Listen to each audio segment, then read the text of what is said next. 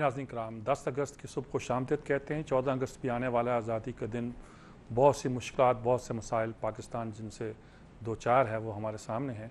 कल 11 अगस्त है, याद दिलाइएगा। मेरा मतलब है कि 11 अगस्त को मशहूर तकरीर थी कायदे आज़म की, जिसका बड़ा मिस इंटरप्रेट किया जाता है हमारे यहाँ। वो भी आने वाला दिन है।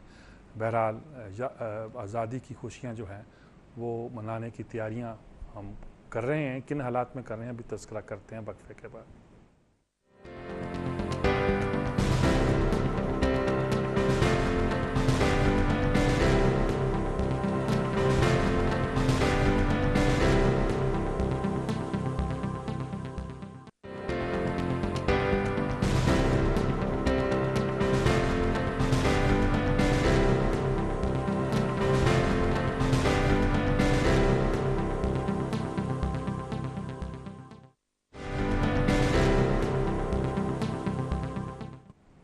नाज़रीन कराम, लंदन में भी हंगामे और कराची के वाक़यात भी कुछ ठीक नहीं है।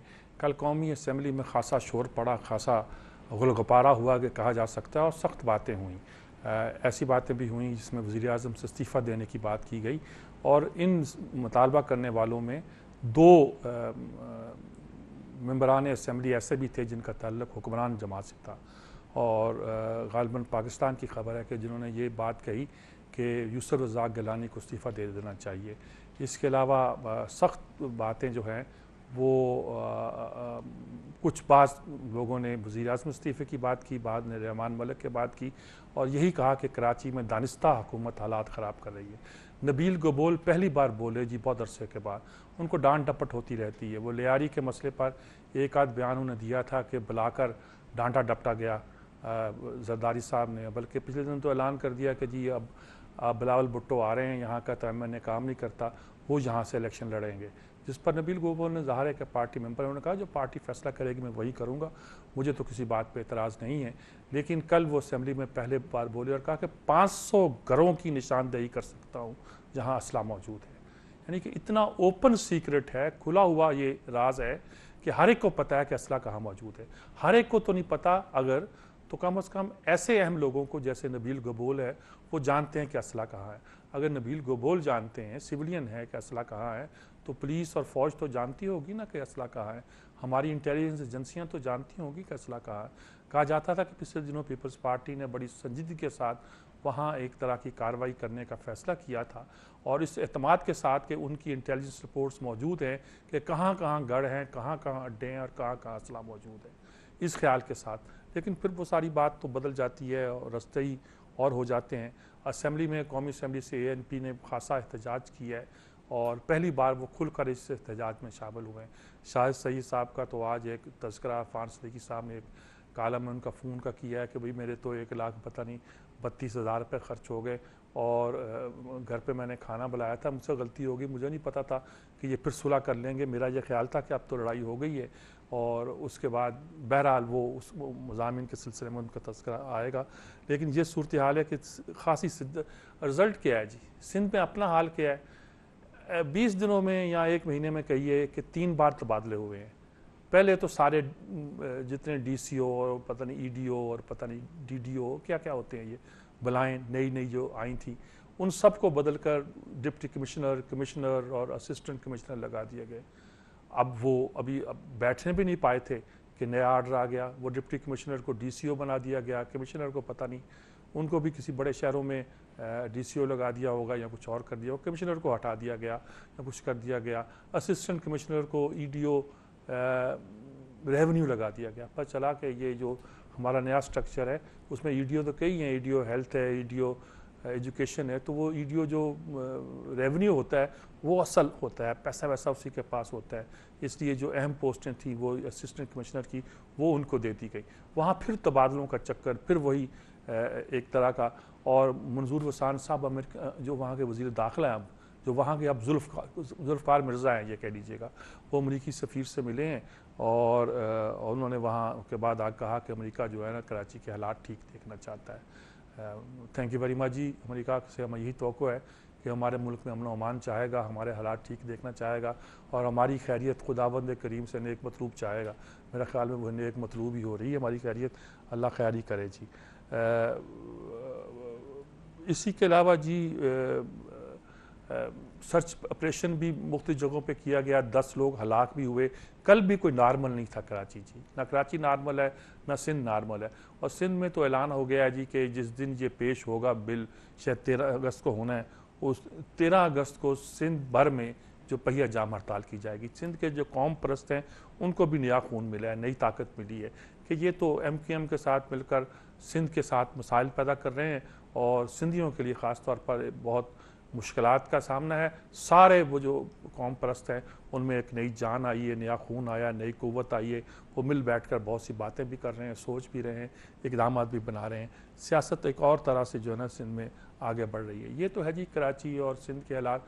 उधर लंदन में हंगामे बहुत हो गए जी, बर्मिंघम में भी चले गए, मैनचेस्टर में, लिवरपूल में, 3-4 शहरों में फैल गए। 4 शहरों का जिक्र आया शायद जी। जी बिल्कुल, ब्रिस्टल में भी, लिवरपूल में भी, मैनचेस्टर में भी, बर्मिंघम में भी, 4 शहरों में हंगामे फैल गए जी।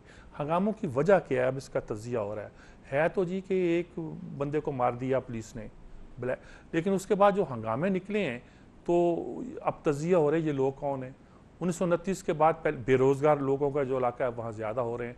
वो अब लगता है कि वो राइट्स, अरब कहते हैं, अरब स्प्रिंग जो है वो एक तरह का इंग्लैंड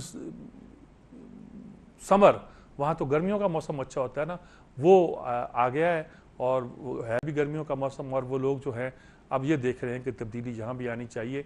और अब उसके कई तज़किरे हैं, रिसेशन के साथ कैसे आ रहा है और किन इलाकों में आ रहा है जहाँ बेरोज़गारी वगैरह वगैरह, उसका तज़किरा मज़ामिन में होगा। लेकिन हंगामे वहाँ उनके काबू से बाहर है। उनके तमाम लोगों ने, वज़ीर आज़म भी, नायब वज़ीर आज़म भी, वज़ीर ख़ज़ाना वगैरह का सब छुट्टियों पर थे, अल्ले तल्ले कर रहे थे। लोग तो छुट्टियां भी मनाते हैं ना, वो सारे छुट्टियां कैंसिल करके वापस आ गए। लंदन में पार्लियामेंट का इजलास बुला लिया गया है, काबीना भी गौर कर रही है कि इस मामले पे क्या किया जाए। तो लंदन के हालात भी कुछ ठीक नहीं है जी, और वहाँ भी सूरत हाल ऐसी ही है कि जो ख़राब ही गिनी जा सकती है। पाकिस्तान में और भी बहुत से मसलन अफरा-सियाफ खटक हैं। बलूचिस्तान की ANP के सदर, ये कराची का मसला अपनी जगह, वो कहते हैं जनूबी पख्तूनख्वा का सूबा बना दिया जाए। आप सरायकी बना रहे हैं, बहावलपुर बना रहे हैं, पता नहीं क्या क्या पंजाब में, वो कहते हैं जी जनूबी पख्तूनख्वा। ये पुराना मुतालबा वैसे जी। अचकज़ई साहब जो थे, अब्दुल अचकज़ई, महमूद खान अचकज़ई के वालिद, वो जो बलोचिस्तान के सरहदी गांधी कहलाते थे उनका। और ANP और इन बलोच क़यादत में, जो पख्तून और बलोच क़यादत में जो डिवीज़न हुई थी, वो भी शायद कुछ इन्हीं वजूह की बुनियाद पर हुई थी। वली खां वगैरह कुछ और तो सोचते थे। अब ये कहते हैं जी ये जो सूबा है पख्तूनख्वा, ये तो शुमाली इलाके में है, अब जनूबी पख्तूनख्वा का एक सूबा बनाया जाए। हालांकि ये भी बलूचिस्तान के नॉर्थ में ही होगा, लेकिन बहरहाल उन्होंने एक नया मुतालबा, एक नई, अब पंजाब में बहावलपुर सूबे की भी कारदाद पेश कर दी है ज़िया लीग ने। ज़िया लीग इजाज़ुल हक वाली है ना जी, शाहिद नदीम है शायद, नहीं शाहिद अंजम उनके MP हैं वहाँ से। अच्छा, वो उनकी जमात वहाँ वो कैसे जीते हैं। अच्छा, पाकिस्तान की पॉलिटिक्स भी अजीब है। वहाँ कुछ कंसंट्रेशन है जिसे हम अराई कॉन्स्टिट्यूंसीज कह सकते हैं। वहाँ इजाज़ुल हक ने कंसंट्रेट किया है और वहाँ उनका हल्का असर भी है, वहीं से वो जीत जाते हैं। पिंडी से तो हारते हैं और वहाँ से जीत जाते हैं, उसी के ज़रिए असर वो उनकी कोई MPA भी हैं और उन MPA ने, शायद अंजम नाम है उनका, उन्होंने अपनी करारदाद पेश की है। और चलिए, अच्छा एक ख़बर मैं और आपको बताऊँ, जिससे एक बहुत ही मोतबर, जो आमतौर पर सबसे मोतबर अखबार गिना जाता है अंग्रेज़ी का, उसने लीड लगाई है हिना रबानी खर की कि Pakistan seeks new chapter in India ties. यानी कि ये भी एक खबर होगी, कोई ब्रीफ किया गया है, हिना रबानी खर ने ब्रीफ किया है कि हिंदुस्तान के हवाले से पाकिस्तान जो है वो अब नए ताल्लुकात का आगाज़ चाहता है, नए बाब का आगाज़ चाहता है। अच्छा, नए बाब के आगाज़ के साथ सऊदी अरब में भी वज़ीर आज़म गए थे उम्रे के लिए, तो कहा कि खादिम हरमैन शरीफैन शाह अब्दुल्ला ने उन्हें मदऊ किया। आम तौर पर रमज़ान में वो मेहमानों की खातिरदारी नहीं करते, लेकिन इस मौके पर कई बार हुई है वैसे, ख़ास तौर पे बुलाया कि आए मेरे साथ अफ्तारी करें या मुलाकात करें। और मुलाकात में उन्होंने कहा कि पाकिस्तान और सऊदी अरब का चोरी दामन का साथ है, हम बिल्कुल हर मुश्किल घड़ी में आपके साथ खड़े हैं। इस मौके पर ये इम्पॉर्टेंट क्यों है, हमारे बहुत से लोग आते जाते रहते हैं, सदर भी गए थे, इनका जाना क्यों था, इनको ख़ास तौर बुलाकर क्यों मैसेज दिया गया। इसमें बहुत सी डेलिकेसीज़ आती हैं, हमारे ईरान से ताल्लुकात, सऊदी अरब से ताल्लुकात, बहुत से मामला थे, हमारी ज़रूरतें, अमरीका